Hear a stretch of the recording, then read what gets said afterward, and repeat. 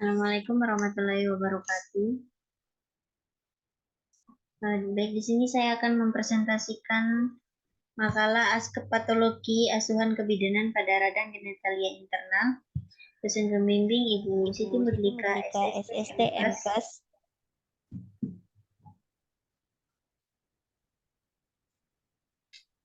Kemudian yang pertama di sini ada pembahasan pengertian miometritis. Miometritis adalah radang miometrium. Metritis adalah infeksi uterus setelah persalinan yang merupakan salah satu penyebab terbesar kematian ibu. Penyakit ini tidak berdiri sendiri tapi merupakan lanjutan dari endometritis sehingga gejala dan terapinya seperti endometritis. Kemudian etiologi infeksi ini terjadi setelah persalinan.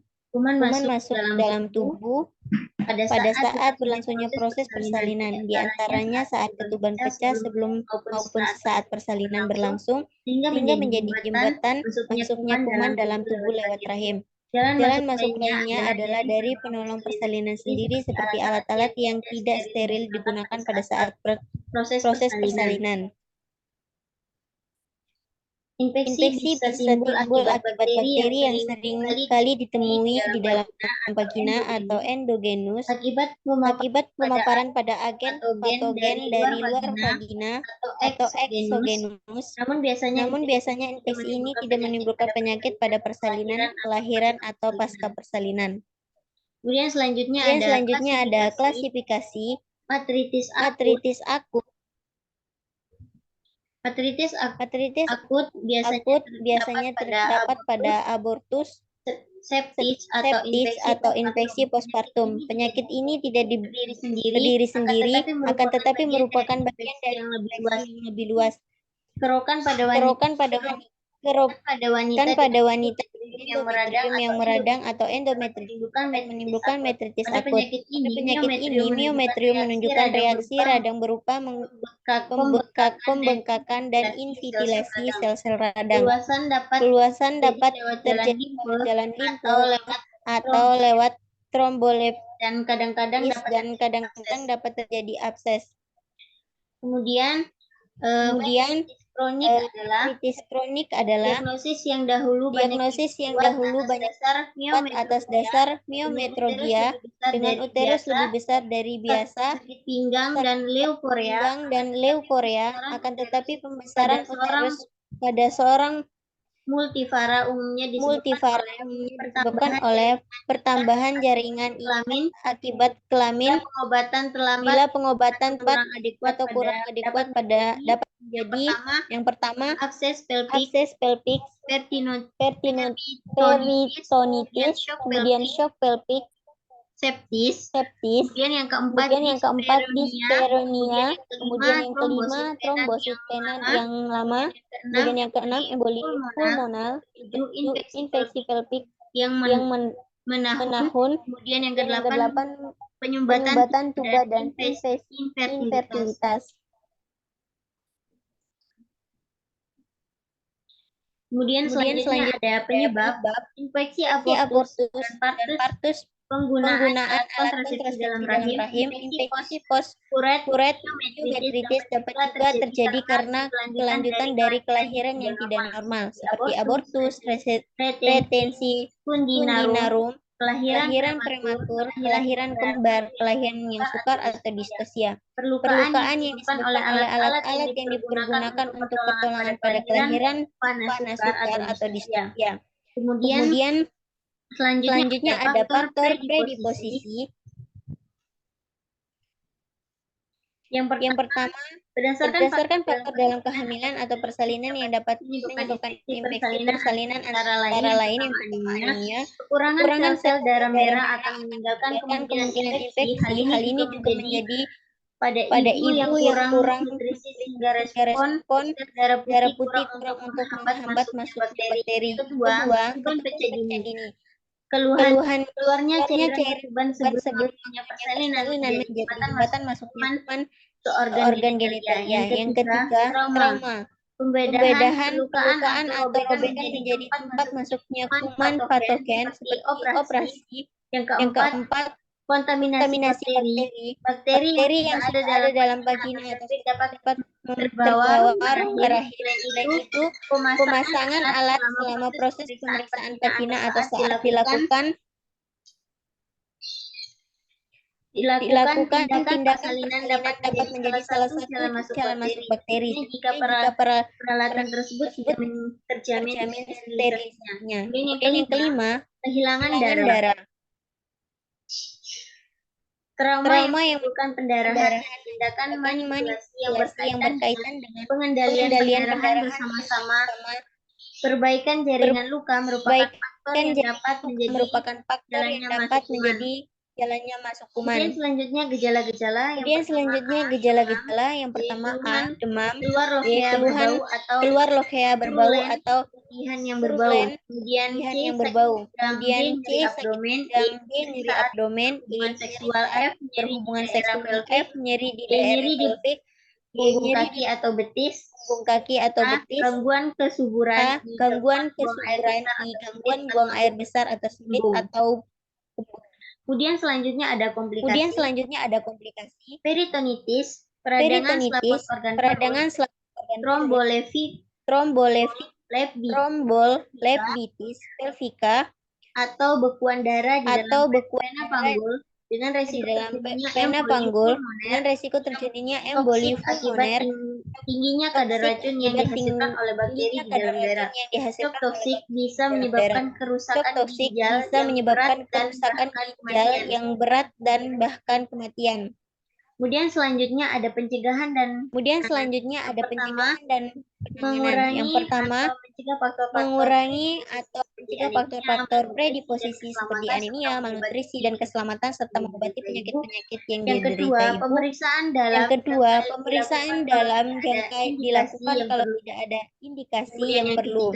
Kemudian yang ketiga, koitus pada hamil tua hendaknya dihindari atau dikurangi dan dilakukan hati-hati karena dapat menyebabkan pecah ketuban. Kalau ini terjadi, infeksi akan mudah masuk dalam jalan lahir. Hindari artus terlalu lama dan ketuban pecah lama atau memanjang supaya persalinan tidak terlalu larut. Kemudian yang keempat, menyelesaikan persalinan dengan trauma sedikit mungkin. Kemudian yang kelima, pembukaan jalan lahir karena tindakan baik pervaginal maupun perabdominal dibersihkan, dijahit sebaik-baiknya dan menjaga sterilitas. Kemudian yang keenam, mencegah terjadinya pendarahan banyak. Bila terjadi darah yang hilang harus segera diganti dengan transfusi darah. Yang ketujuh, semua petugas dalam kamar bersalin harus menutupi hidung dan mulut dengan masker. Yang menderita infeksi pernapasan tidak diperbolehkan masuk kamar bersalin. Yang kedelapan, alat-alat dan kain-kain yang dipakai dalam persalinan harus suci hama. Kemudian yang kesembilan, hindari pemeriksaan dalam berulang-ulang bila ada sterilisasi dengan baik apabila ketuban pecah. Kemudian selanjutnya penata laksanaan. Yang pertama, terapi miometritis antibiotik luas. Yang pertama, ampicillin 2G IV 6 jam. Kemudian gentamicin 5 mg Kg BB. Kemudian yang kedua, metronidazol 500 mg 1 p per 8 jam. Kemudian yang pertama antibiotik kombinasi, yang kedua transfusi jika diperlukan. Untuk asuhan kebidanan pada NIMM umur 29 tahun T1A1 dengan gangguan sistem reproduksi miometritis. Pada hari Kamis 28 November 2020 22 di BPM diganti jam 10.00 waktu Indonesia Barat. Data subjektif yang pertama identitas, nama, NIM, umur 29 tahun, agama Islam, pendidikan SMA, pekerjaan asisten rumah tangga, suku, bangsa, Indonesia, alamat Jalan Kartini Gang 20, nama suami, TND, umur 31 tahun, agama Islam, pendidikan SMA, pekerjaan wira swasta, suku bangsa Jawa Indonesia. Kemudian yang kedua ada keluhan utama. Ibu mengeluh perut tanpa ditekan, putihan berbau busuk sejak 2 minggu yang lalu. Keluhan keluar darah dari kemaluan di luar siklus haid, demam 5 hari yang lalu, serta merasa perut tambah besar.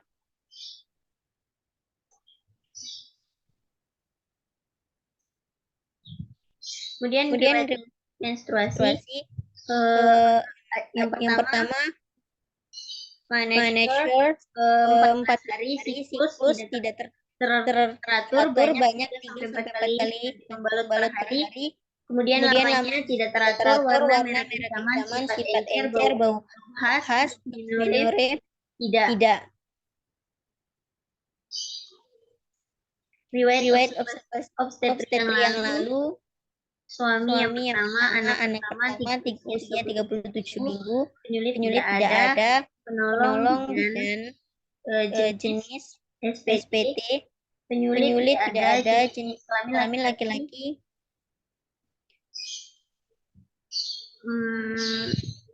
mati.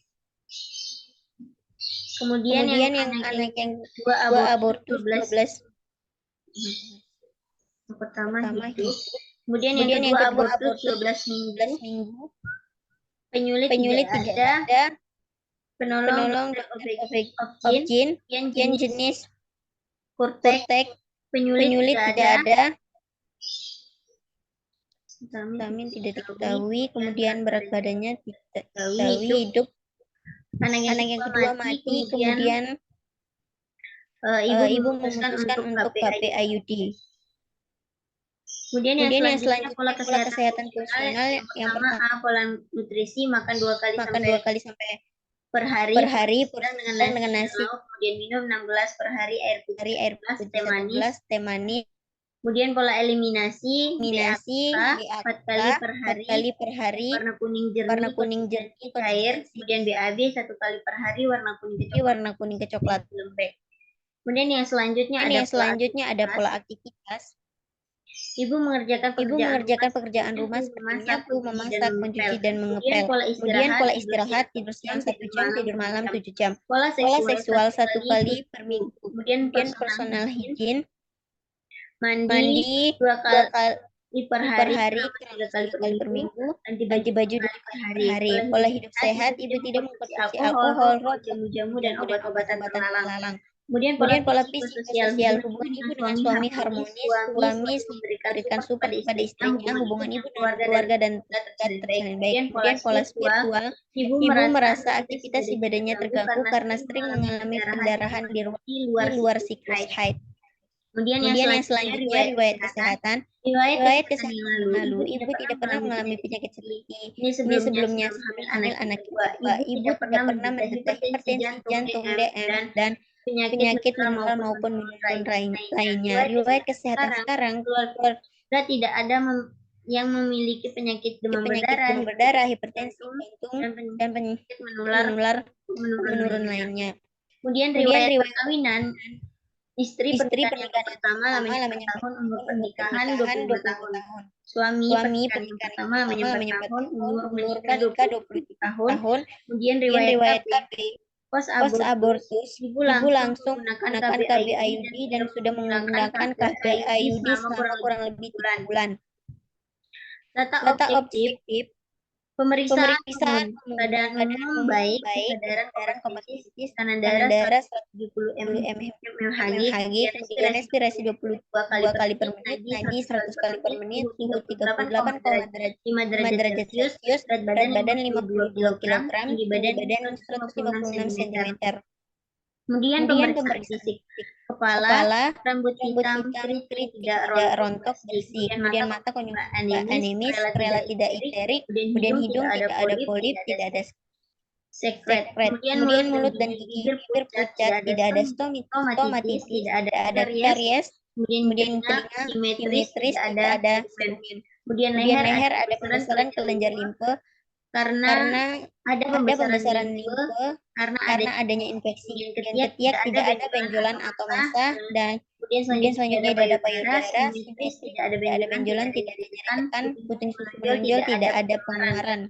Kemudian abdomen ada pembesaran, tidak ada luka bekas operasi, terdapat nyeri tekan pada perut bagian bawah. Kemudian punggung terdapat nyeri tekan pada pinggul, pada pinggang, ekstremitas atas, akral hangat, tidak odem. Kemudian ekstremitas bawah tidak ada paries, tidak ada odem, tidak ada tanda-tanda kemerahan. Kemudian genitalia terdapat tanda-tanda kemerahan. Kemudian genitalia terdapat flor albus dan berbau busuk. Kemudian anus tidak ada hemoroid.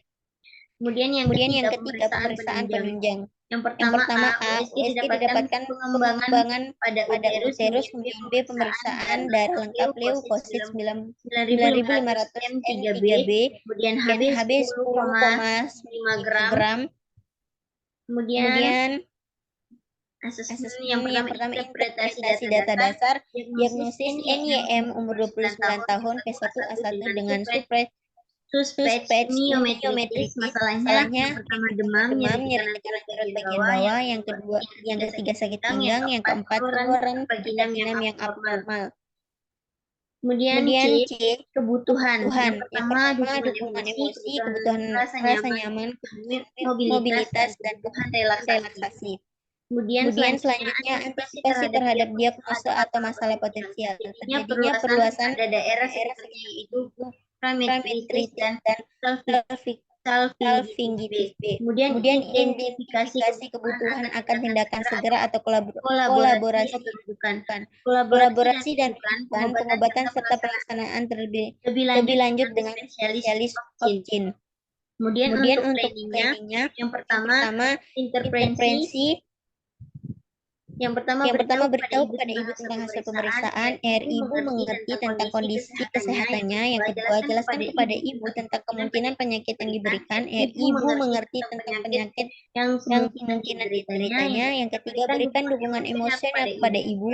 Ibu mendapatkan dukungan emosional. Yang keempat, berikan ibu tablet penambah darah. Memperbaiki kondisi ibu. Yang kelima, minta persetujuan ibu dan keluarga untuk dilakukannya rujukan. Penambahan penanganan lebih lanjut.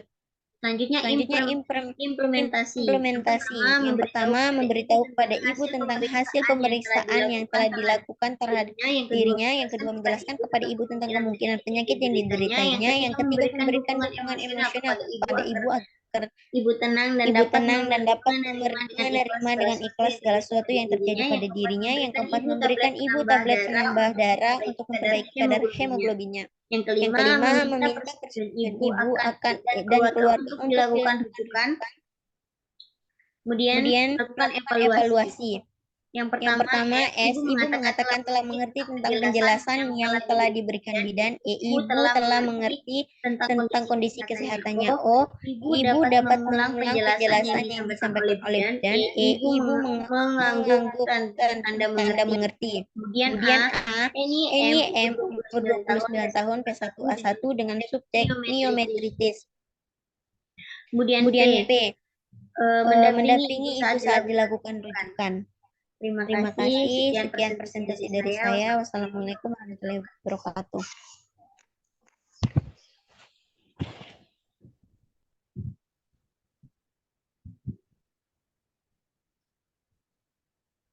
Bisa.